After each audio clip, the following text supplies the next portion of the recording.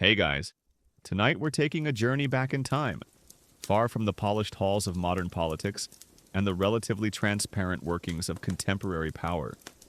We're heading straight into the heart of a medieval court, a place of dazzling splendor, whispered secrets, and utterly ruthless ambition. Forget what you saw in those romanticized historical dramas. Tonight, you're stepping into the elegant yet incredibly dangerous shoes of a queen's lady-in-waiting, tasked with not just serving your royal mistress, but with surviving the cutthroat world of court intrigue. You might think you're good at navigating office politics, but trust me, you probably wouldn't last a week trying to figure out who's trying to poison whom, or whose favor is about to plummet. So, before you get comfortable, take a moment to like the video and subscribe, but only if you genuinely enjoy what I do here. And if you're listening from somewhere, drop a comment with your location and local time. It's always wild to see where these stories reach. Now, dim the lights, maybe turn on a fan for that soft background hum, and let's ease into tonight's journey together. Your arrival at the royal court was not by choice, but by design. Your family, minor nobility perhaps, or influential gentry from a quiet corner of the realm, saw an opportunity. To have a daughter placed in the queen's household was to gain proximity to power, to whisper in the ear of influence, to forge alliances that could elevate your family's standing. For you, it meant leaving the familiar comfort of your ancestral home, the quiet rhythm of the countryside, for a world of glittering facades and hidden daggers. You arrived at the castle gates, a young woman filled with a mix of awe and trepidation, stepping into a destiny you hadn't chosen. The first thing that struck you was the sheer scale of the castle. Not just a single keep, but a sprawling complex of stone walls, towering turrets, and countless interconnected buildings, all designed to impress and intimidate. The air immediately felt different, thick with the scent of wood smoke, roasted meats, exotic spices, and the heavy perfume worn by courtiers. The sounds were overwhelming: the clatter of servants, the distant baying of hounds, the melodic strains of a lute, and the constant, murmuring hum of hundreds of people living in close proximity. This wasn't just a dwelling, it was a small, self-contained city. Governed by its own intricate rules and unspoken hierarchies, you were led through echoing stone corridors, past tapestries depicting grand hunts and glorious battles, past guards clad in the king's livery. Every glance felt like an appraisal, every hushed conversation a potential secret. You were acutely aware of being observed, of being judged. This was a place where appearances were everything, and a single misstep could lead to social ruin. You quickly realized that your polite manners and country innocence might be more of a liability than an asset here. A common historical fact is that medieval courts were not just places of governance, but also major social, cultural, and economic hubs. They were densely populated mini-cities, housing not only the royal family and nobility, but also thousands of servants, guards, artisans, and petitioners. Life was lived in incredibly close quarters, with little privacy, making every interaction a potential observation. So, if you've ever felt like your office is a fishbowl, imagine if your entire life 24/7 was lived in that fishbowl, with literally hundreds of people watching your every move.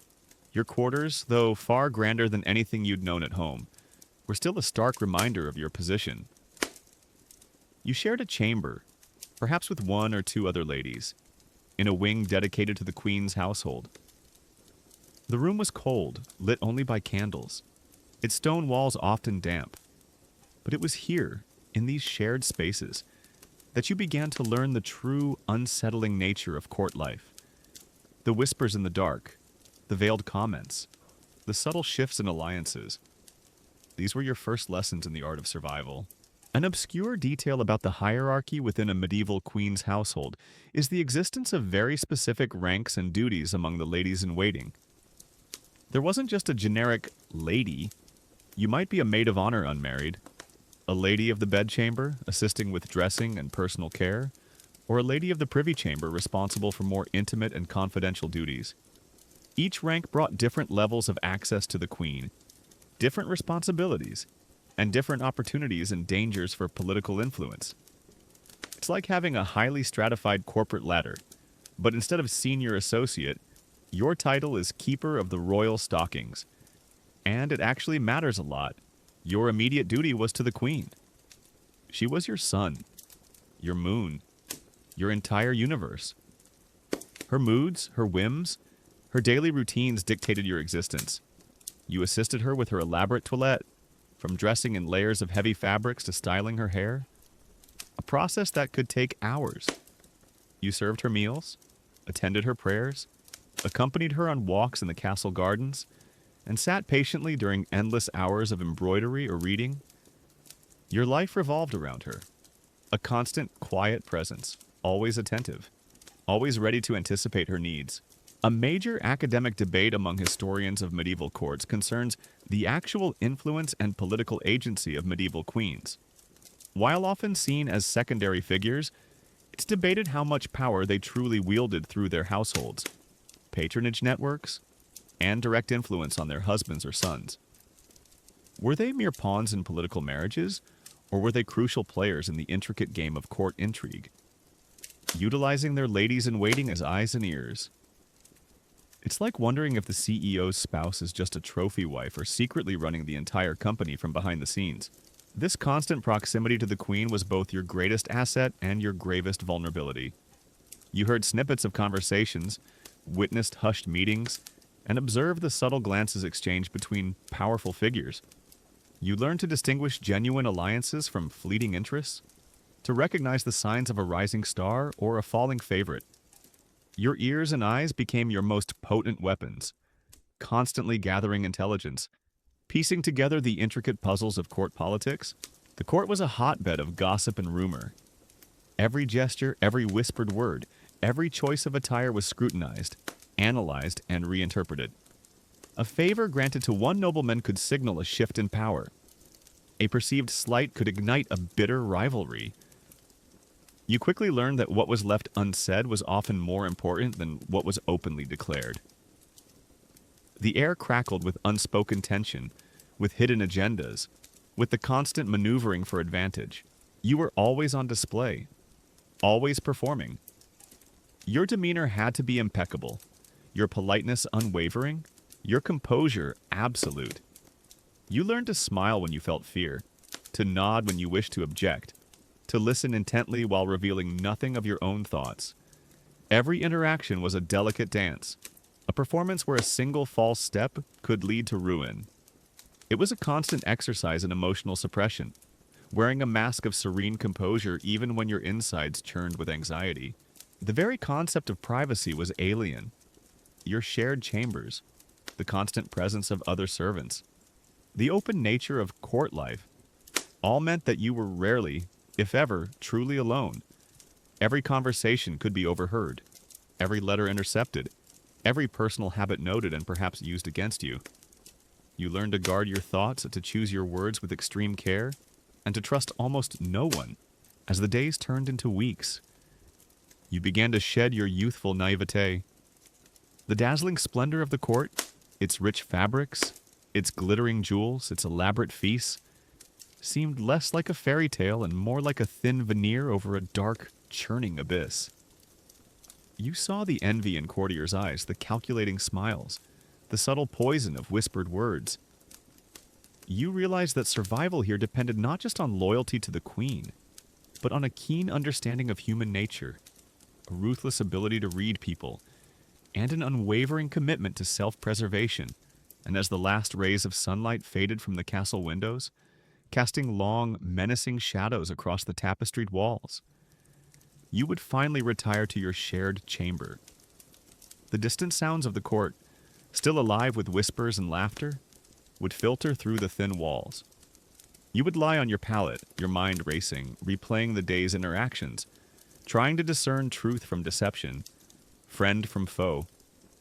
You were a queen's lady-in-waiting, a participant in the glittering, terrifying world of court intrigue, and you knew, with a sinking heart, that this was just the beginning of your perilous journey to survive.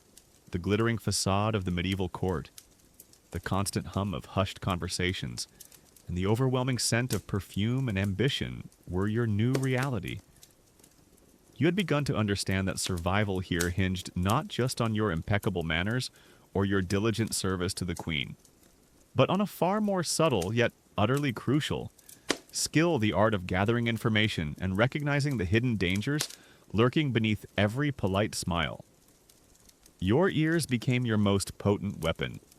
Constantly attuned to the whispers of power and peril, imagine living in a grand, sprawling palace where every interaction, no matter how trivial, held a hidden meaning.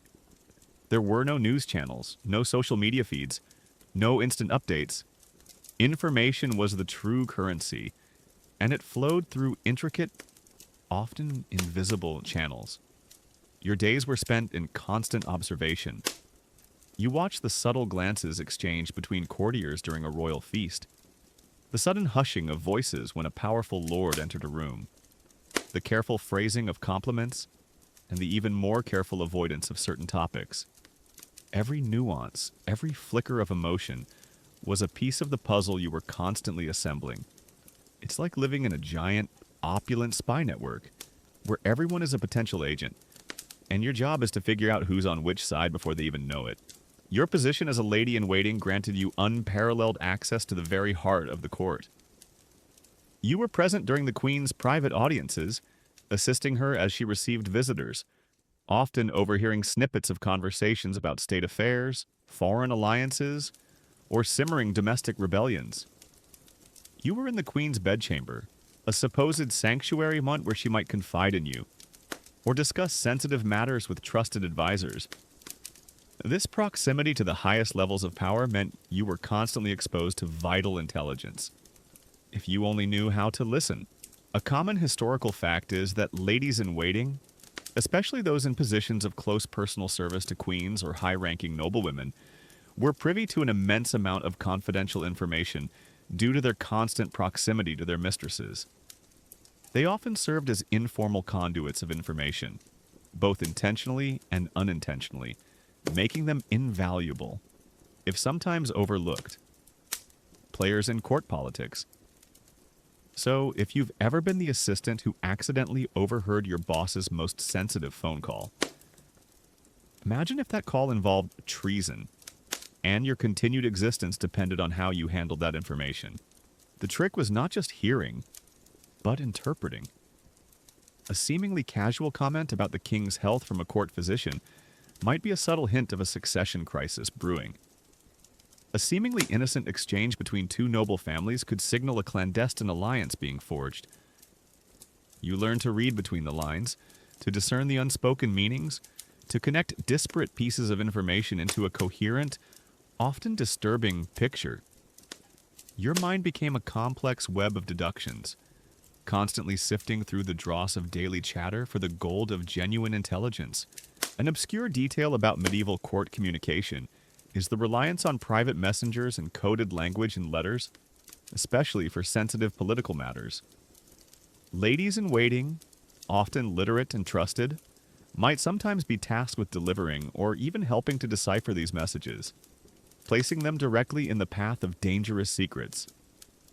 Imagine being asked to deliver a message written in invisible ink, knowing it could literally start a war, and your life depends on it not being intercepted. The greatest danger, however, lay in misinterpreting or, worse, being misled. Court intrigue was a labyrinth of deception. Powerful figures would deliberately spread false rumors, plant misleading information, or use seemingly innocent conversations to test loyalties or to set traps. You had to develop a keen sense of discernment, a ruthless ability to separate truth from falsehood, to identify the source of information, and to assess its potential motive. A single piece of bad intelligence could lead you, or more importantly, your queen, down a path of ruin. A major academic debate among historians of medieval court life centers on the actual agency and influence of individuals like ladies-in-waiting within the highly patriarchal and hierarchical structures of the time. While they clearly had access to information, how much could they truly act upon it Given their subordinate positions, were they primarily passive conduits? Or could they actively manipulate events and influence powerful figures through their unique vantage point? It's like wondering if a social media manager actually influences public opinion, or if they're just echoing what's already being said. Your daily routine, filled with duties to the queen, became a sophisticated exercise in covert intelligence gathering. While you styled her hair, you listened to her complaints about a rival lord. While you helped her dress, you observed the nervous fidgeting of a visiting dignitary. During formal banquets, you were a silent observer, watching the interactions between powerful factions, noting who spoke to whom, for how long, and with what subtle expressions. Your role as a quiet, attentive servant provided the perfect cover for your constant surveillance. The pressure was immense. You couldn't afford to miss a vital piece of information, nor could you afford to be seen as overtly curious or gossipy. You had to cultivate an air of discreet professionalism, an almost invisible presence that allowed you to absorb everything without drawing suspicion.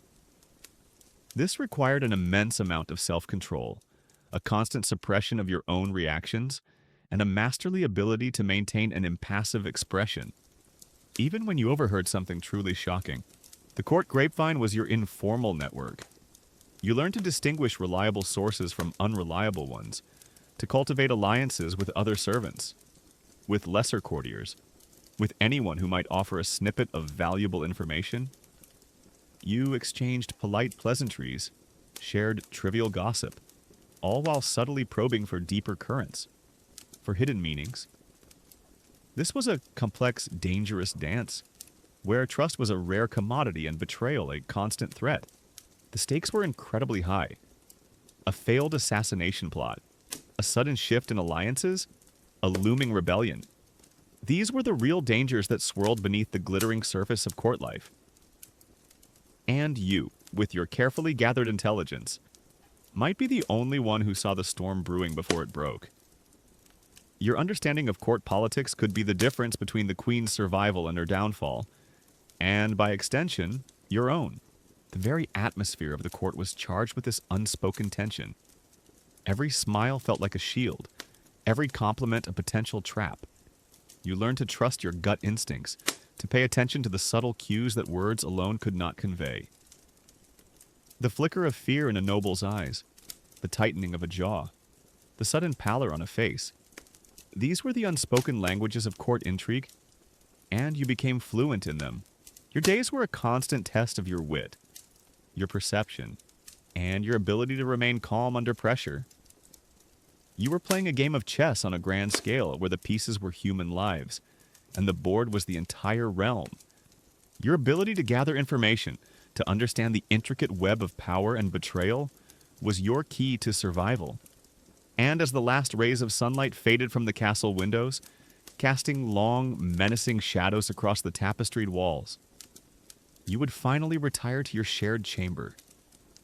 The distant sounds of the court, still alive with whispers and laughter, would filter through the thin walls. You would lie on your pallet, your mind racing, replaying the day's interactions, trying to discern truth from deception, friend from foe. You were a queen's lady-in-waiting, a participant in the glittering, terrifying world of court intrigue.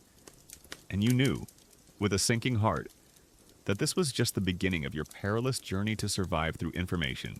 The castle's grandeur, the queen's intimate confidences, and the constant flow of information were intoxicating.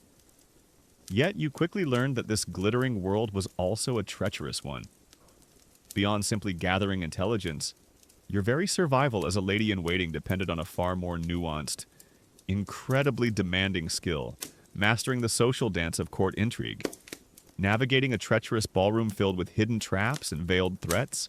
Imagine stepping into a crowded royal hall, filled with courtiers in their finest silks and jewels, their faces wreathed in polite smiles. Every glance, every whispered conversation, every seemingly casual touch of a hand on an arm, held a hidden meaning. There were no written rules for this elaborate social game, no clear instructions. You had to learn to read the subtle cues and to understand the unspoken alliances, the simmering rivalries, and the unspoken pecking order that dictated every interaction. It's like trying to play a high-stakes game of poker where everyone is wearing a perfect poker face, but you have to know who's bluffing before you put your entire life on the table. Your position meant constant proximity to powerful individuals. You served the queen, but you also interacted daily with lords, ladies, foreign emissaries, and ambitious clerics. Each one represented a potential ally or a dangerous enemy. You learned to greet them with deference and to respond with careful politeness, and to never, ever reveal too much of your own thoughts or opinions. Every word you spoke was weighed, every gesture scrutinized, every glance analyzed for hidden meaning. A common historical fact is that medieval courts were complex social ecosystems where personal relationships, familial alliances, and patronage networks were paramount.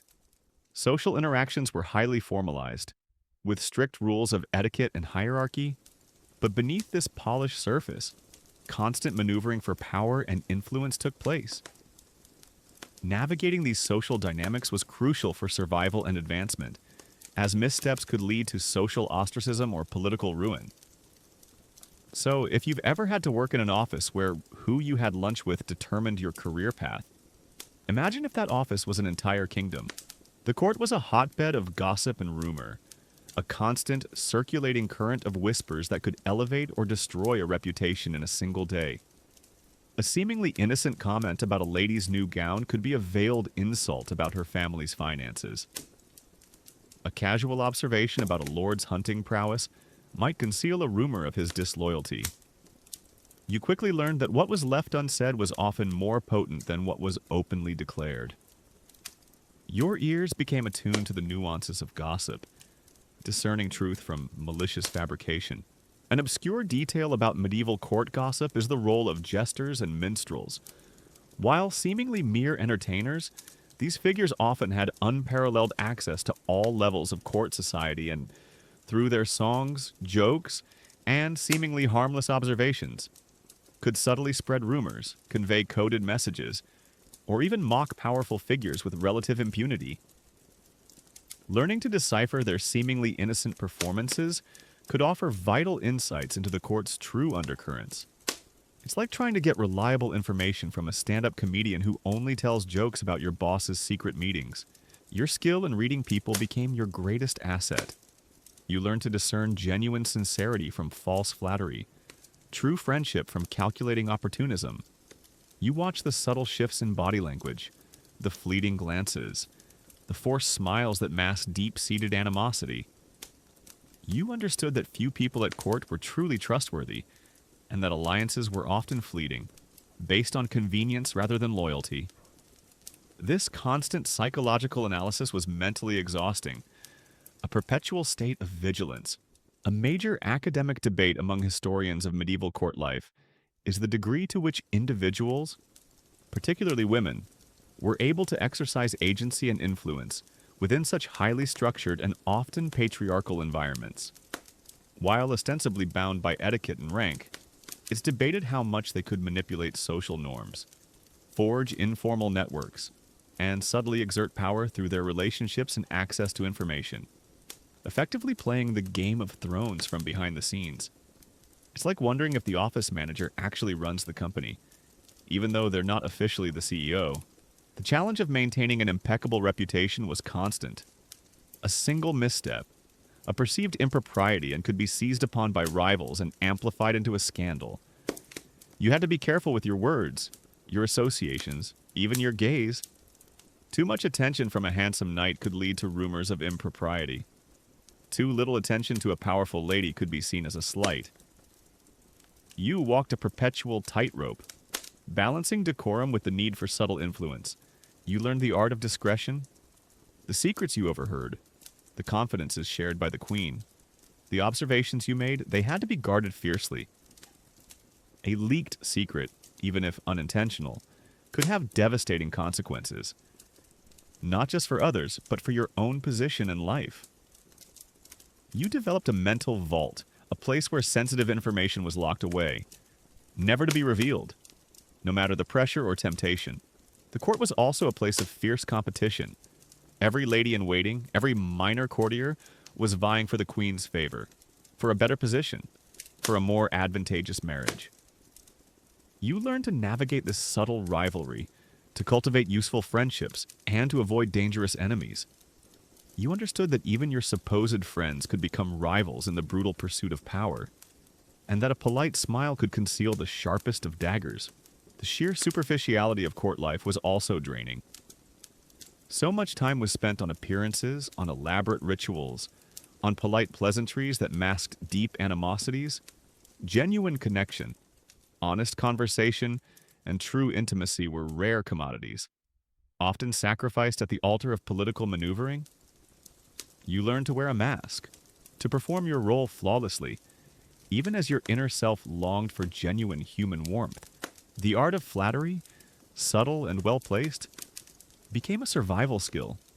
You learned to praise sincerely when appropriate, but also to offer a carefully worded compliment that hinted at greater depth, or to strategically agree with a powerful figure without seeming obsequious. It was a delicate balance, designed to gain favor without losing integrity, a vital tool in the constant pursuit of influence. The ever-present threat of banishment or disgrace loomed over every courtier. A powerful enemy, a sudden shift in the king's favor, a whispered accusation. Any of these could lead to your swift expulsion from the glittering world of the court, sending you back to your provincial home in shame, or worse, into a dangerous political wilderness. This fear was a powerful motivator, ensuring your constant vigilance and unwavering adherence to the unwritten rules of court life. As the last rays of sunlight faded from the castle windows, casting long, menacing shadows across the tapestried walls, you would finally retire to your shared chamber. The distant sounds of the court, still alive with whispers and laughter, would filter through the thin walls. You would lie on your pallet, your mind racing, replaying the day's interactions, analyzing every word, every glance, every gesture. You were a queen's lady-in-waiting, a participant in the glittering, terrifying social dance of court intrigue. And you knew, with a sinking heart, that your survival depended on never missing a beat. The glittering facade of the court, the constant flow of whispers, and the intricate social dance were your daily reality. You had learned to observe, to interpret, to navigate the treacherous currents of courtly life.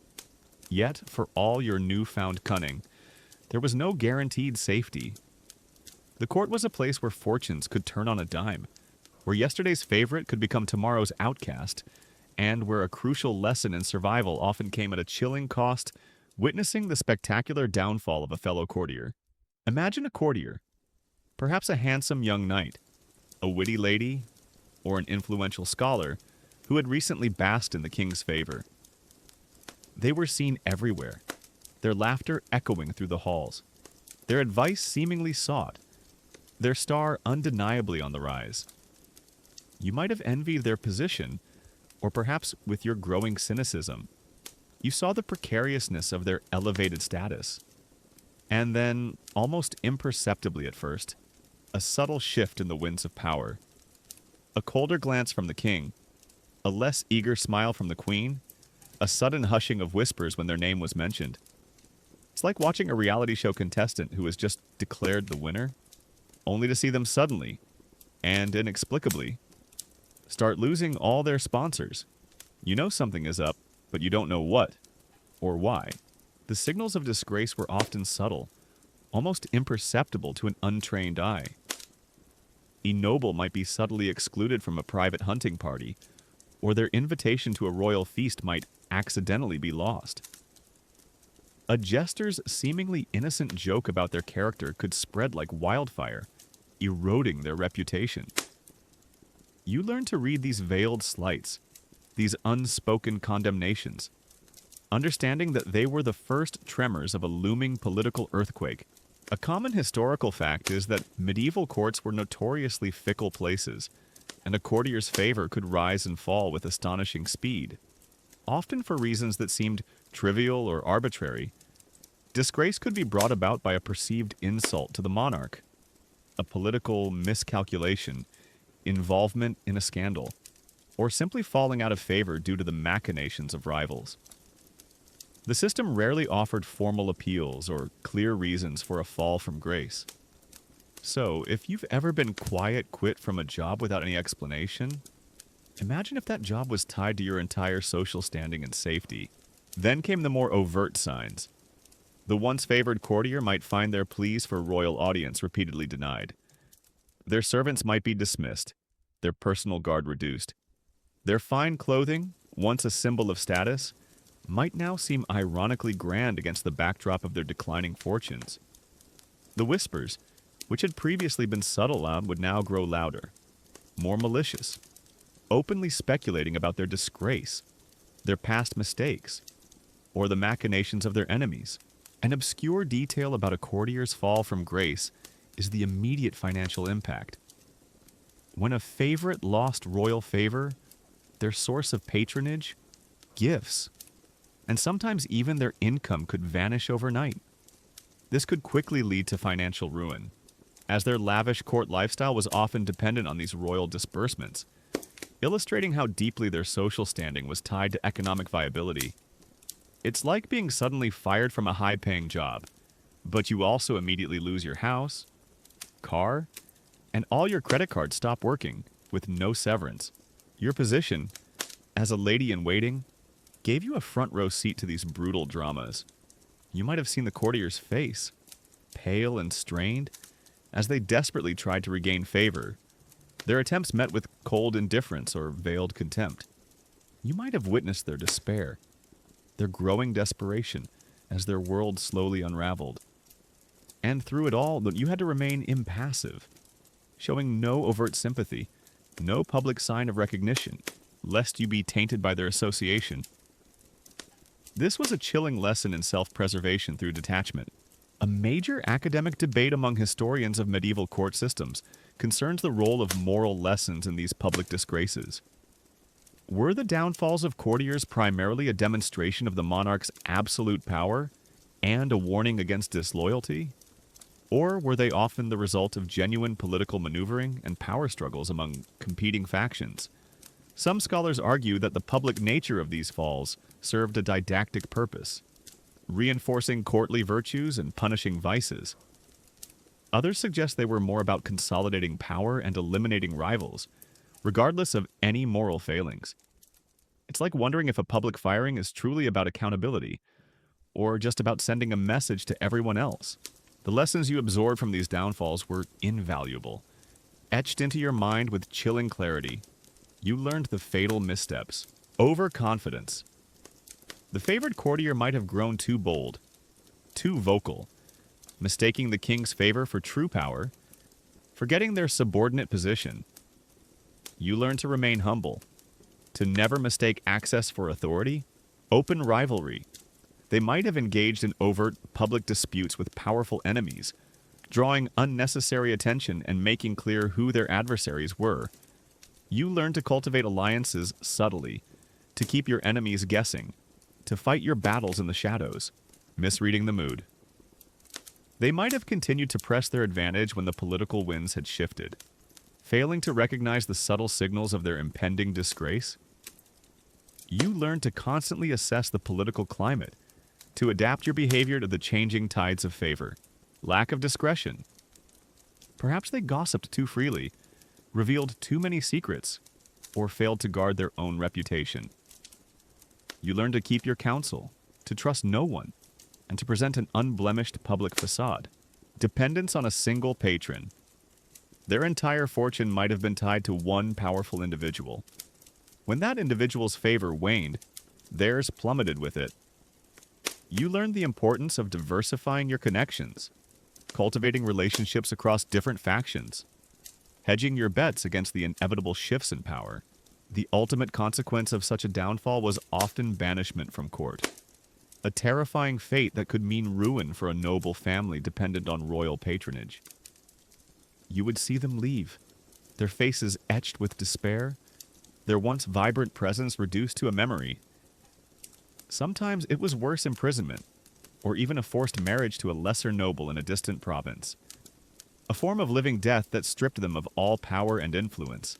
The chilling reality was that this could be your fate.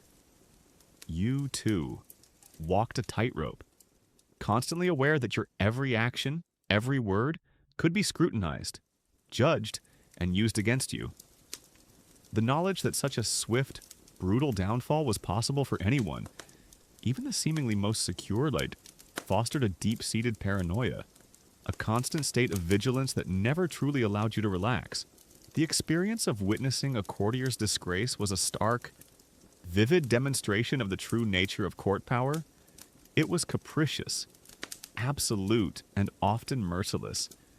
It taught you that survival depended on more than just loyalty.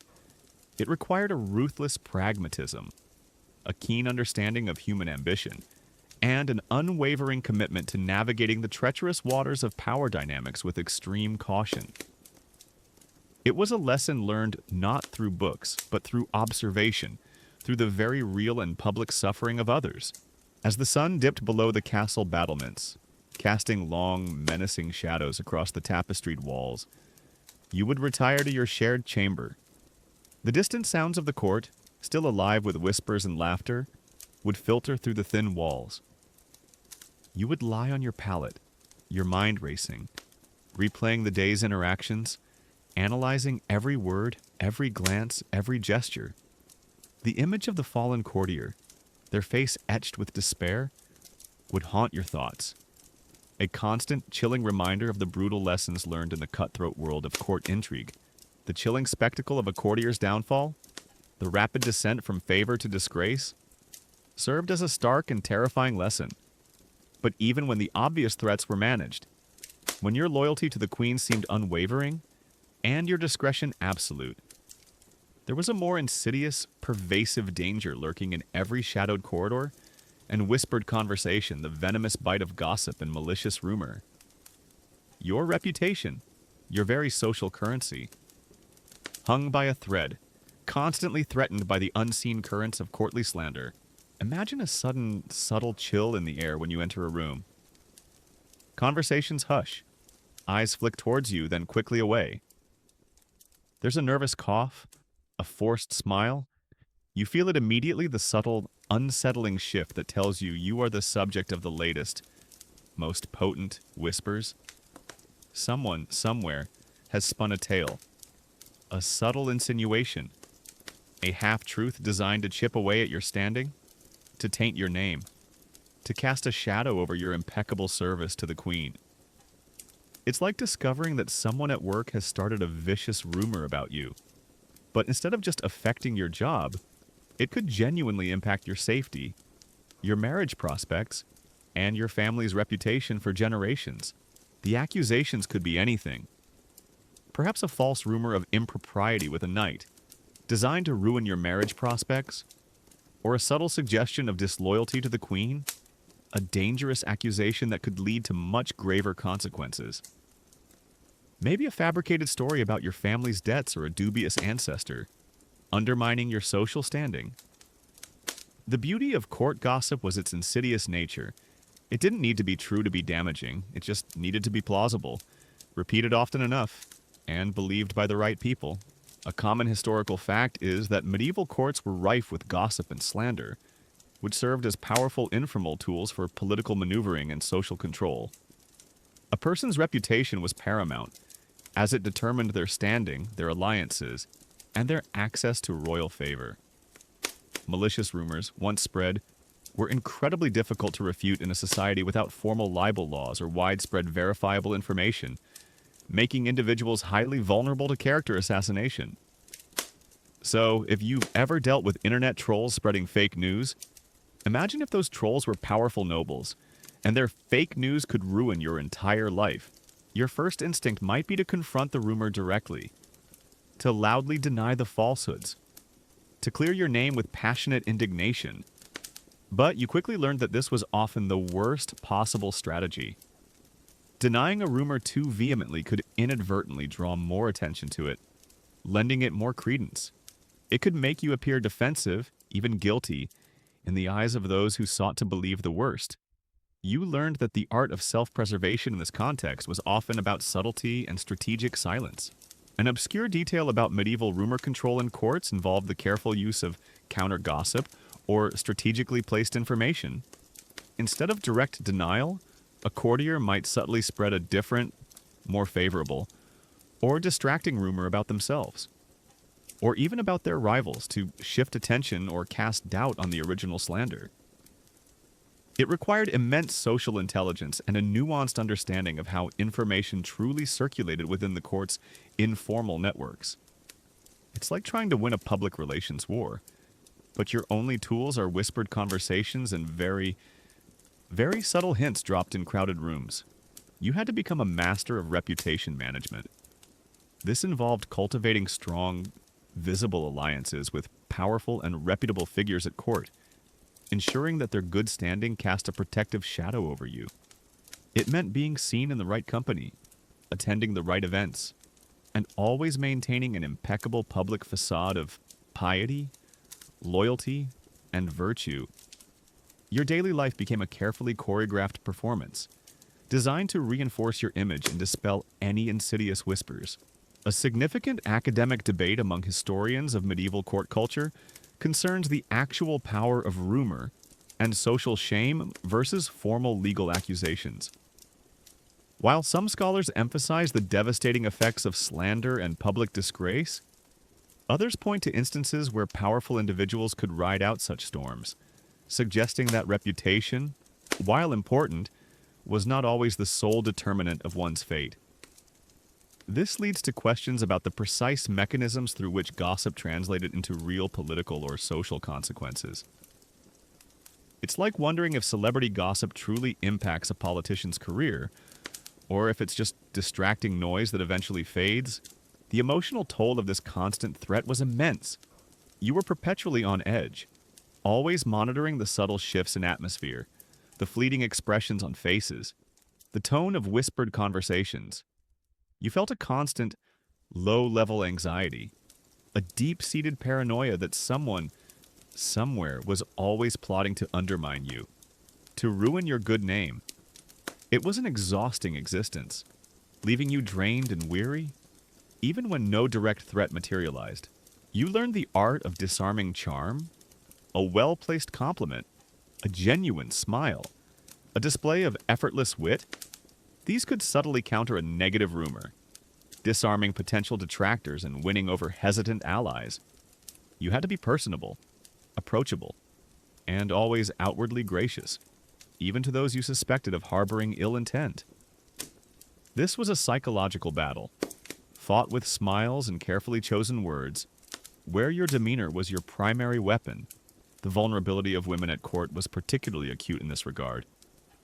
A man's reputation might be damaged by accusations of ambition or political intrigue, but a woman's reputation could be utterly destroyed by even the slightest whisper of sexual impropriety, leading to social ruin and the impossibility of a favorable marriage. You understood this double standard, and it informed every cautious step you took, every carefully chosen interaction, every guarded word. Sometimes, you might discover the source of the rumor: a jealous rival, a disgruntled servant, a political enemy seeking to undermine your family through you.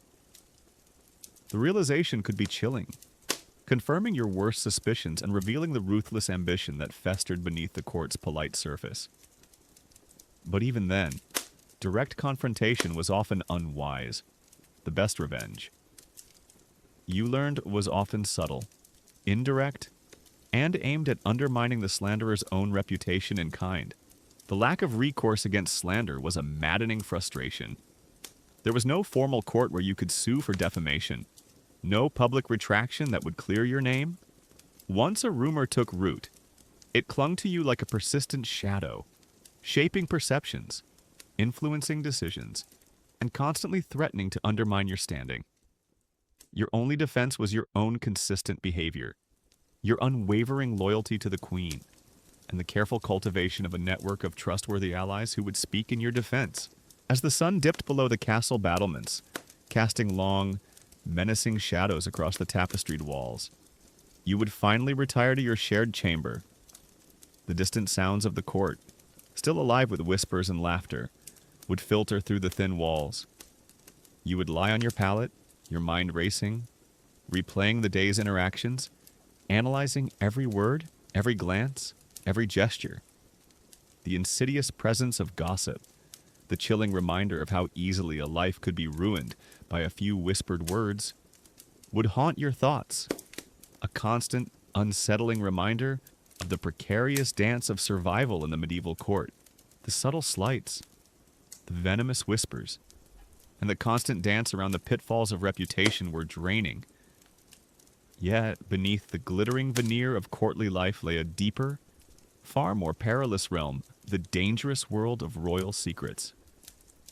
As a lady-in-waiting, your constant proximity to the queen meant you were inevitably privy to the most intimate, often politically explosive, confidences of the royal family. Holding these dark truths, unspoken and unwritten, placed an immense burden on your shoulders and a constant threat to your very life.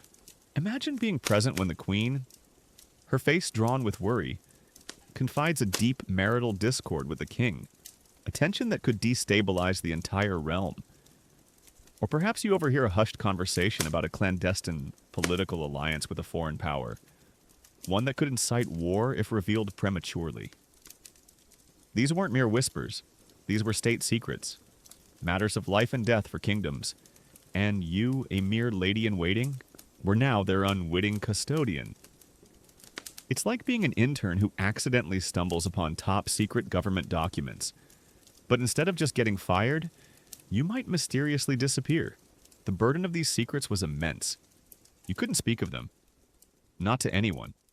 Not even to your closest confidants outside the royal household. To betray a royal secret, whether intentionally or through a careless word, was an act of treason, punishable by imprisonment, torture, or even death. The knowledge sat heavy in your mind, a ticking bomb, a constant source of anxiety. You learned to cultivate an air of serene detachment, to keep your expression neutral, even when your mind reeled from the implications of what you had just heard. A common historical fact is that ladies-in-waiting, especially those in close personal attendance to queens, were often privy to highly sensitive political and personal information, including details about royal health, marital relations, succession plans, and diplomatic maneuvers. Their discretion was paramount, as betraying such secrets could have devastating consequences for the monarchy and for their own lives. So, if you've ever been sworn to secrecy about a friend's private drama, imagine if that drama involved kingdoms, and breaking secrecy meant losing your head. The queen herself, in moments of vulnerability or trust, might confide in you directly. She might share her fears about the king's health, her concerns about a rival faction, or her hopes for a favorable marriage for her children. These were not casual chats. These were moments of profound intimacy that elevated your status in her eyes, but simultaneously placed you in a more precarious position. You became a sounding board for royal anxieties, a silent confessor, and an unwilling recipient of truths too dangerous to be spoken aloud anywhere else. An obscure detail about royal secrets involves the handling of sensitive correspondence. Sometimes queens might use their trusted ladies-in-waiting to secretly carry letters, messages, or even small symbolic tokens to allies or conspirators, bypassing official channels.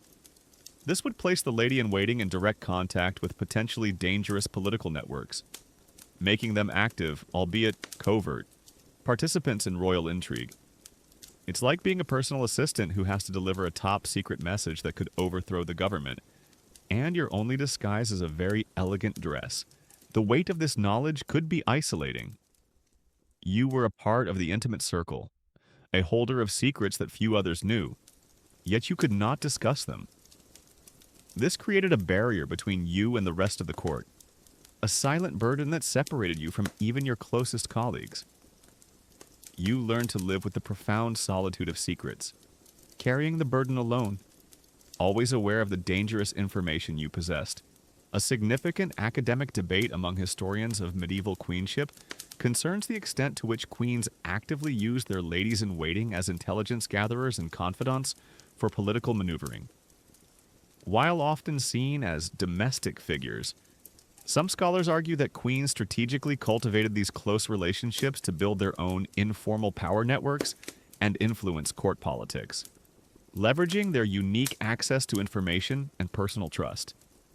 It's like wondering if a CEO's personal assistant is just scheduling meetings, or if they're also subtly influencing major business decisions. You had to be acutely aware of who was listening.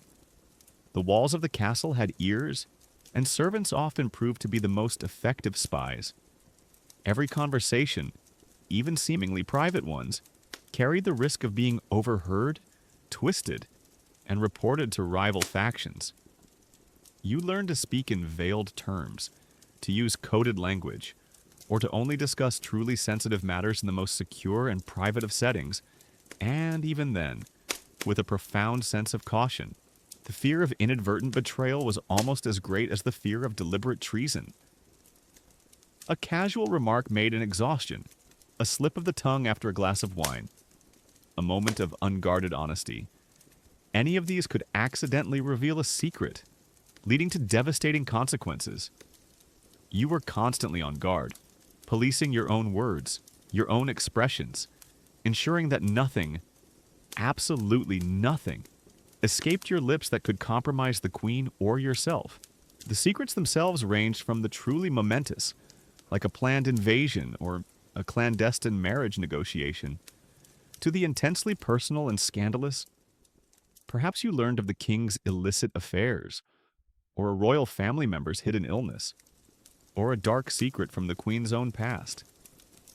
These personal secrets, while not directly political, could still be devastating if exposed, leading to scandal, disgrace, and a loss of royal authority. You became a witness to the raw, unvarnished humanity of those who sat on thrones, flaws and all. The pressure to remain loyal was absolute. Your survival, and indeed your family's safety, often depended directly on your unwavering loyalty to the queen. If she suspected a betrayal, if a rival faction successfully implicated you, your fate would be sealed. You lived under the constant shadow of royal suspicion, knowing that a misstep, however small, could lead to a swift and brutal downfall. This constant immersion in royal secrets, this burden of knowledge too dangerous to share, created a unique form of mental strain. You were living a double life, outwardly a polite, serene lady, inwardly a vault of explosive information. It was an exhausting existence, leaving you constantly on edge, always aware of the delicate balance you maintained between trust and peril. As the sun dipped below the castle battlements, casting long, menacing shadows across the tapestried walls, you would finally retire to your shared chamber. The distant sounds of the court, still alive with whispers and laughter, would filter through the thin walls. You would lie on your pallet, your mind racing, replaying the day's interactions, analyzing every word, every glance, every gesture. The weight of the royal secrets you carried, the chilling knowledge of the hidden currents of power and peril, would haunt your thoughts. A constant, unsettling reminder of the profound burden of being a queen's lady in waiting in the treacherous world of court intrigue, the glittering facade of the court, the constant flow of secrets, and the intricate social dance were your daily reality. You had learned to observe, to interpret, and to navigate the treacherous currents of courtly life. But even the most astute lady-in-waiting couldn't entirely control the grand currents of history. A new and terrifying challenge loomed: the shifting of dynasties and the perils of a new court. Your survival depended not just on maintaining your current position, but on skillfully adapting to the profound, often violent, upheavals of political change. Imagine the sudden, chilling whisper that runs through the castle halls: the king is gravely ill. Or perhaps rumors of a rival claimant to the throne, backed by powerful lords, grow louder.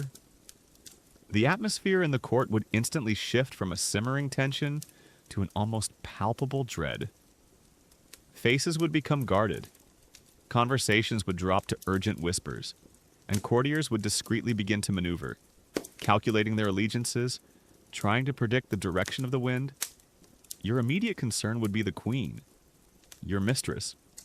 Her fate, and by extension yours, hung in the precarious balance of political transition. It's like working at a company that's just announced a hostile takeover, and everyone is secretly interviewing for new jobs. But if you guess wrong, your career might not just end. It might cease to have ever existed. The death of a monarch, or the violent overthrow of a ruling house, was a moment of profound crisis. The familiar routines of court life would shatter, replaced by a terrifying uncertainty. Loyalties would be tested, old alliances would crumble, and opportunistic rivals would seize their chance to gain power.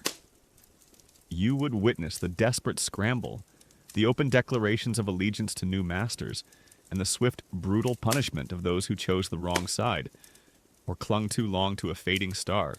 A common historical fact is that periods of dynastic change or succession crises were among the most dangerous times in medieval courts.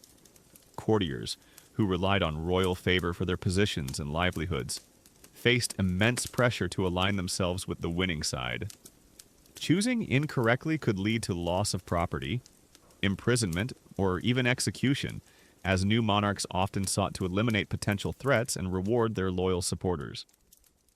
So, if you've ever had a new boss come in and clean house, imagine if cleaning house meant literally, physically, removing everyone who disagreed with them. Your survival depended on an unparalleled ability to read the political winds.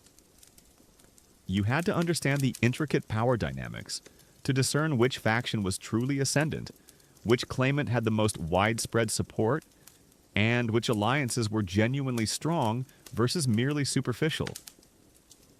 This required an acute sense of observation, a keen understanding of the major players, and a ruthless pragmatism that prioritized your survival above all else. Loyalty, while valued, could become a deadly liability if given to the losing side. An obscure detail about adapting to new court regimes is the importance of gifts and strategic flattery. Courtiers would often present lavish gifts to the new monarch or their key supporters, not just as a sign of respect, but as a subtle form of pledging allegiance and seeking favor. The timing and nature of these gifts, and the accompanying words of praise, were meticulously calculated to demonstrate loyalty without appearing too opportunistic. It's like trying to perfectly time your holiday bonus to your new boss, hoping it's just enough to get noticed, but not so much that it looks desperate. If your queen's position was threatened, your duties would become even more critical and perilous. You might be involved in secret correspondence, carrying coded messages, or acting as a discreet intermediary between the queen and her allies.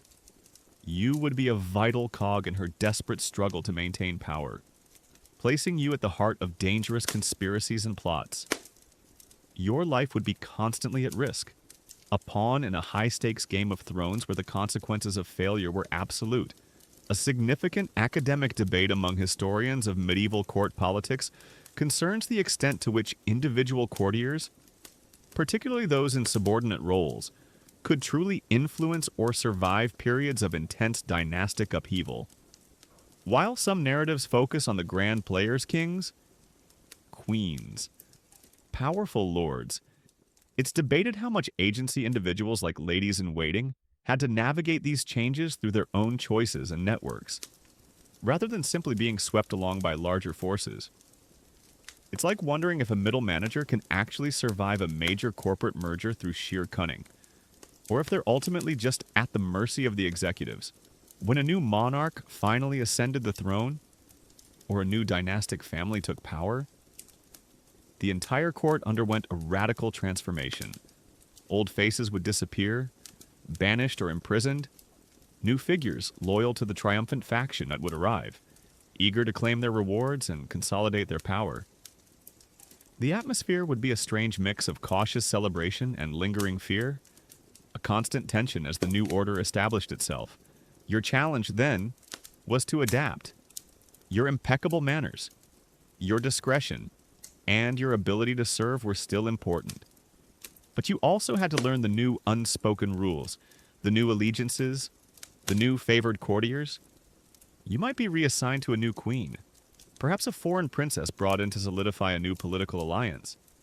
This would mean learning a new mistress's quirks, her confidants, and her own intricate network of power. It was like starting over in a new job, at a new company, with a new boss, and everyone else is already part of the secret club. The subtle art of reestablishing your value was paramount. You had to demonstrate your loyalty to the new regime, proving that your skills and your discretion were assets that transcended past allegiances. This might involve carefully avoiding any mention of your former mistress, or subtly aligning yourself with rising stars in the new court. It was a delicate, often morally compromising dance, where your past could be either a strength or a fatal liability. The pervasive fear of being deemed a relic of the old regime was a constant torment. You would scrutinize your own behavior, ensuring no lingering attachment to the past was visible. Every word, every gesture was weighed against the potential interpretation by the new powers.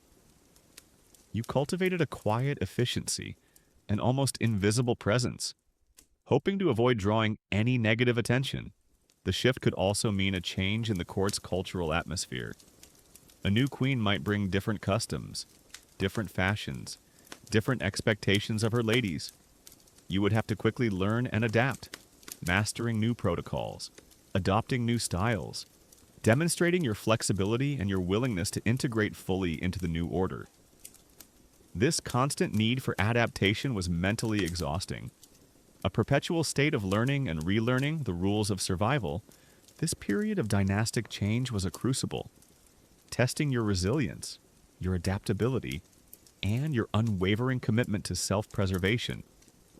You survived not through brute force or grand declarations, but through a masterful understanding of political currents, a ruthless pragmatism, and an unparalleled ability to navigate the dangerous, shifting sands of courtly power. And as the castle gates finally closed behind a new monarch, and new faces filled the ancient halls, you, the lady-in-waiting, would breathe a quiet sigh of relief, knowing that you had once again outmaneuvered the forces of history, living to serve another day in the treacherous world of court intrigue. The volatile shifts of power, the silent disappearances of fallen courtiers, and the constant pressure to adapt to a new monarch tested your every skill. Yet, even when a semblance of stability returned, your existence as a lady-in-waiting remained a continuous, subtle battle. You had to hold your position, a coveted spot in the Queen's intimate circle, against a fresh wave of ambitious newcomers and the enduring jealousy of those who coveted your influence and proximity to the throne. Imagine having successfully navigated a major corporate restructuring, only to find yourself constantly defending your job from eager younger colleagues who believe they are more qualified, more charming, or simply more deserving of your hard-won place. Your office was still the Queen's chambers, your duties still her personal care and companionship. But the atmosphere now hummed with a different kind of tension, the unspoken rivalry of those who sought to replace you. It's like being in a perpetual, high-stakes game of musical chairs, and the music is always just about to stop, and everyone is staring at your seat. New faces would constantly appear at court. Young, ambitious ladies, freshly arrived from provincial noble families, their eyes bright with ambition and a certain naive ruthlessness. They would observe you, learn from your routines, and subtly, or not so subtly, try to insinuate themselves into the Queen's favor. They might offer services you traditionally performed, or flatter the Queen with an almost sickening devotion, attempting to eclipse your long-standing loyalty with raw, untempered enthusiasm. A common historical fact is that positions in a royal household were highly sought after, as they offered immense prestige, potential for patronage, and opportunities for advantageous marriages. This constant competition meant that even long-serving ladies-in-waiting faced pressure from newcomers eager to advance their own fortunes or those of their families, leading to subtle rivalries and jockeying for influence. So, if you've ever had a new, overly eager colleague who clearly wants your job, imagine if their career advancement literally depended on your demotion. Your strategy, honed over years of survival, was one of quiet resilience and unwavering professionalism. You continued to perform your duties flawlessly, attending to the Queen's every need with the same meticulous care and discretion. Your deep understanding of her preferences, her moods, Her unspoken desires, built over countless hours of intimate service, was an invaluable asset that no newcomer could immediately replicate. You relied on the strength of your established bond, a bond forged not just in duty, but in shared confidences and the unique intimacy of royal service. An obscure detail about maintaining one's position in a medieval court involved the careful cultivation of informal alliances with other long-serving household staff. This could include the Queen's chamberlains, her personal chaplains, or even trusted servants who controlled access to her chambers. These informal networks could provide crucial intelligence about rivals' activities, or subtly vouch for your loyalty and indispensability when whispers began to circulate. It's like having a secret old guard club at work, where everyone silently agrees to watch each other's backs against the new, overly ambitious hires. The jealousy of your rivals was a palpable force. They might spread subtle rumors, attempting to undermine your reputation, hinting at a lack of zeal or a fading influence. They might openly try to outshine you during courtly events, displaying their wit or their beauty, hoping to draw the Queen's eye. You learn to deflect these veiled attacks with grace, to respond to a slight with a polite smile, and never engage in open, undignified squabbles that would only serve to diminish your own standing.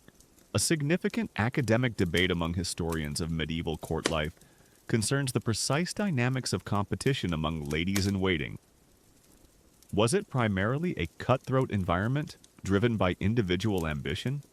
Or were there also elements of cooperation and mentorship among women within the Queen's household? Some scholars emphasize the intense rivalries fueled by limited opportunities. Others point to evidence of female solidarity and complex social bonds that could offer support and protection amidst the competitive pressures. It's like wondering if a professional sports team is made up of fiercely individual competitors, or if they secretly all root for each other, even when they're vying for the same spot. Your ability to maintain discretion became even more vital. In a court where information was power, your reputation as a trusted confidant, a vault of royal secrets, was a formidable shield. Rivals might try to provoke you, to trick you into revealing sensitive information, hoping to expose a weakness or a breach of trust. But you had learned to guard your tongue, to offer non-committal answers, and to never, ever allow yourself to be drawn into dangerous conversations. The occasional direct challenge might occur. A brash newcomer might openly question your duties, suggest an alternative approach to serving the Queen, or even try to subtly usurp your place during a ceremonial occasion.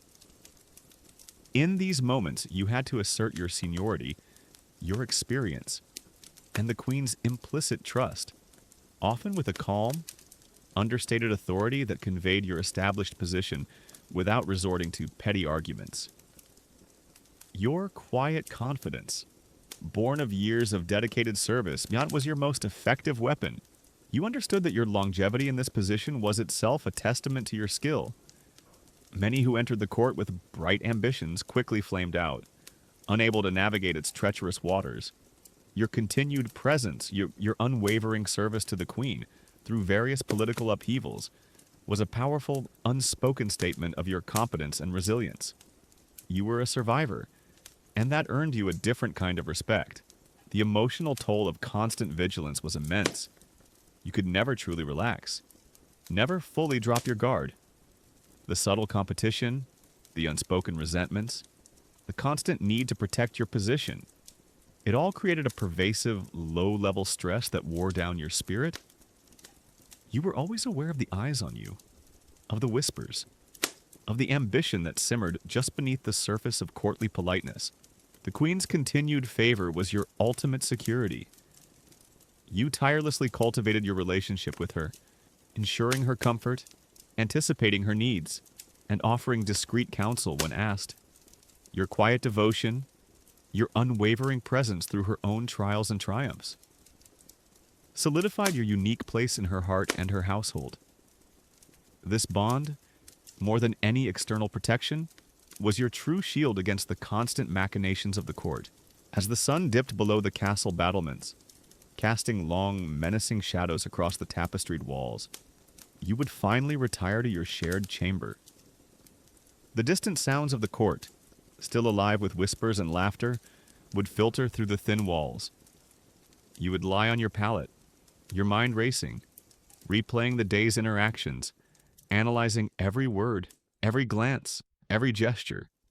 The silent battle for your position, the unspoken rivalries, and the constant need to prove your worth would haunt your thoughts, a constant unsettling reminder of the intricate and perilous dance of survival for a lady-in-waiting in the medieval court. Having survived the treacherous social dances, the ruthless competition for favor, and the profound shifts in courtly power, your existence as a lady-in-waiting seemed, at times, a miracle. Yet, even as you solidified your position and navigated the intricate web of court intrigue, a new, often terrifying reality loomed on the horizon, the prospect of a political marriage. Your own future, your personal happiness, and your family's destiny could be irrevocably decided not by love or choice, but by the cold, calculating demands of royal strategy. Imagine the sudden hushed whispers that begin to circulate, not about a scandal, but about a possible matrimonial alliance. Perhaps a powerful, aging lord from a distant province seeks to strengthen his ties to the crown. Or a foreign prince, vital for a diplomatic treaty, requires a suitable bride from the queen's household. And then, with a jolt that sends a chill down your spine, you realize that you are being discussed as a potential candidate. It's like finding out your parents are arranging your marriage to someone you've never met, but instead of just affecting your personal life, it's going to decide the fate of entire regions and your family's entire social standing. Your value at court wasn't just in your service to the queen, but in your lineage, your family's lands, and your connections. You were a piece on the chessboard of medieval politics, a pawn to be moved for strategic advantage. A marriage for you wouldn't be a romantic union. It would be a political contract, designed to consolidate power, secure alliances, or prevent rivalries. Your feelings, your aspirations for a genuine partnership were utterly irrelevant in the face of royal necessity. A common historical fact is that noble women in medieval courts were often used as diplomatic pawns. Their marriages strategically arranged to forge alliances, secure territories, or prevent conflicts. Personal choice in marriage was a rare luxury, especially for women of even minor noble standing, as their unions were seen as crucial tools for family and state advancement. So, if you've ever felt pressure from your family to date the right person, imagine if the right person was a strategic alliance that secured a border treaty, and you had absolutely no say in the matter. The potential suitors were often terrifying in their own right. They could be grizzled, battle-hardened lords twice your age, with a reputation for brutality and numerous deceased wives. They might be younger, ambitious men, whose polite smiles barely concealed a ruthless ambition. Or they could be foreign, speaking a different language, adhering to alien customs, and representing a future far from everything you knew. You would be presented to them, scrutinized like a prize horse, your appearance, your dowry, and your family connections meticulously assessed. An obscure detail about medieval marriage negotiations is the importance of face-to-face meetings, often at court. While marriages were arranged, the physical presence of the prospective bride and groom, or their representatives, was often necessary for a final assessment, involving subtle cues about health, temperament, and even fertility. Beyond what a written proposal could convey, imagine your first date being less about getting to know each other, and more about a medical examination, with your entire family's future riding on how well you perform. The pressure to present yourself perfectly during these encounters was immense. You had to embody grace, demureness, and an unblemished reputation. Your clothing, your demeanor, your every word would be scrutinized, not for genuine personality, but for your suitability as a diplomatic asset. You were performing for your future, knowing that a single misstep could lead to the cancellation of the match, jeopardizing your family's standing and leaving you in a precarious position at court. A significant academic debate among historians of medieval women and marriage concerns the actual agency and resistance noblewomen had against arranged political marriages. While often portrayed as passive victims, some scholars argue that women found subtle ways to exert influence. delay negotiations, or even occasionally resist truly abhorrent matches through illness, manipulation, or appeals to powerful family members. It's like wondering if a person in a forced arranged marriage can truly find happiness, or if they're just making the best of a really bad situation. If a match was deemed favorable, the negotiations would begin. You would be a silent observer to discussions about dowries, property transfers, feudal obligations, and military alliances. All the intricate details that would define your future life. Your personal feelings, your hopes and fears, were rarely consulted, dismissed as frivolous in the face of grand political strategy. The marriage contract would be drawn up, a cold, legal document that sealed your fate. The prospect of leaving the court, even for a grand marriage, brought its own profound anxieties. You had spent years navigating the treacherous waters of royal intrigue, forging a precarious existence. Now, you might be sent to a distant castle, to a new household, to a new set of unfamiliar faces and unspoken rules. You would have to adapt again, to build new relationships, to establish your authority in a new household where you might be viewed with suspicion as an outsider, a pawn of the crown.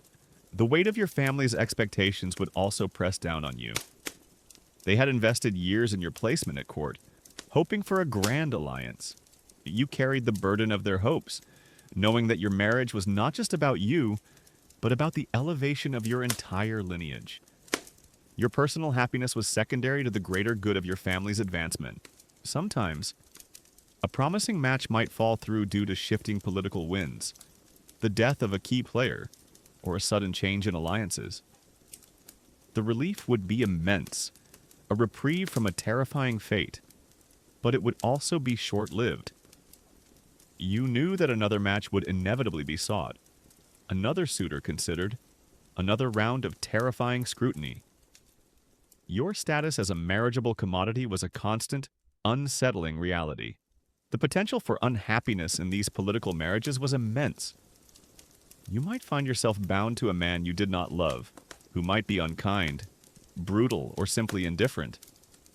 Your duty would be to bear his children, particularly a male heir, to secure the succession and solidify the alliance. Personal affection, if it ever developed, would be a rare and unexpected blessing, not an expectation. This constant awareness of being a political chess piece, of your personal future being decided by forces far beyond your control, was a profoundly unsettling aspect of your existence. You were a valuable asset. Yes, but an asset that could be traded, bartered, or discarded at the whim of kings and queens. The dream of a romantic union, a partnership built on genuine affection, was a fantasy indulged only in whispered sagas, far removed from the cold reality of medieval courtly life. As the sun dipped below the castle battlements, casting long, menacing shadows across the tapestried walls, you would finally retire to your shared chamber. The distant sounds of the court, still alive with whispers and laughter, would filter through the thin walls. You would lie on your pallet, your mind racing, replaying the day's interactions, analyzing every word, every glance, every gesture, the ever-present shadow of a politically arranged marriage. The terrifying prospect of your personal future being decided by others would haunt your thoughts, a constant, unsettling reminder of the profound burdens of being a lady-in-waiting in the medieval court, the relentless dance of court intrigue, the constant battles for favor, the weight of royal secrets, and the ever-present threat of a politically arranged marriage had defined your existence for years, perhaps decades. You had survived where many had faltered, a testament to your wit, discretion, and unwavering composure. But now, as the lines on your face deepened, and the relentless pace of court life began to wear on your spirit, a new, powerful yearning took root, the profound desire to finally escape the gilded cage and find a measure of peace and safety for the remainder of your life. Imagine waking up not with the immediate dread of the day's courtly demands, but with a profound, pervasive weariness that penetrated your very soul. The glittering silks, the hushed whispers, The elaborate rituals, once dazzling, now felt suffocating, a constant performance that drained your energy. You longed for genuine quiet, for true solitude, for a life where every interaction wasn't a strategic maneuver, and every word wasn't weighed for hidden meanings. It's like being a highly successful, long-serving executive who suddenly realizes they've spent their entire life in boardrooms and power lunches, and all they really want is a quiet garden and a comfortable chair. The thought of perpetual service, of continuing to navigate the treacherous currents of court for the rest of your days, filled you with a deep sense of despair. You had seen too many downfalls, witnessed too many betrayals, carried too many dangerous secrets. The constant vigilance, the suppression of your true emotions, the endless performance, and it was all utterly exhausting. Your spirit, though unbroken, was weary, yearning for a freedom it had rarely known. A common historical fact is that while some ladies-in-waiting spent their entire lives at court, many eventually left service, particularly as they aged or if they secured a favorable marriage that removed them from the court's immediate sphere. Leaving court could be a complex process, requiring careful negotiation with the monarch and ensuring one left on good terms to avoid any lingering disfavor. So, if you've ever thought about retiring, imagine if your retirement plan included making sure your previous employer, who is also the absolute monarch, doesn't decide to imprison you just for leaving. Your hard-won wisdom, your intimate knowledge of court intrigue, and your impeccable discretion became your most valuable assets in planning your departure. You would have to choose your moment with exquisite care, a period of royal stability, a successful diplomatic alliance, or a moment when the queen was particularly content. These would be the opportune times to broach the delicate subject. You couldn't appear disloyal or ungrateful. Your departure had to be framed as a natural transition. Perhaps a need to manage family affairs, or a quiet desire for a more contemplative life. An obscure detail about leaving royal service, especially for those who held significant secrets, is that monarchs might sometimes offer a substantial retirement package in the form of a small pension, a property, or a valuable gift. This was not just a reward for loyalty, but a strategic incentive to ensure the former courtiers continued silence and goodwill, particularly if they held sensitive knowledge. It's like being offered a golden parachute. But the golden part is really about guaranteeing your absolute silence about all the classified information you accumulated. The prospect of a final marriage, perhaps to a country lord or a respected older widower, might offer a discreet and honorable exit. While likely still arranged, such a union would be a means to withdraw from the court's immediate orbit, to establish your own household, and to find a measure of independence. This would be a marriage of convenience, perhaps, but one that offered the invaluable gift of peace and removal from the cutthroat political landscape you had navigated for so long. A significant academic debate among historians concerns the true motivations for women leaving court service. Was it primarily due to marriage opportunities, or did some women actively seek to escape the pressures and dangers of court life, even if it meant a less prestigious existence? Some scholars emphasize the economic and social incentives for marriage as the primary driver. Others highlight personal letters and accounts that suggest genuine exhaustion and a desire for a simpler, safer life away from royal scrutiny. It's like wondering if someone retires to spend more time with family, or if they just really hated their job and couldn't take it anymore.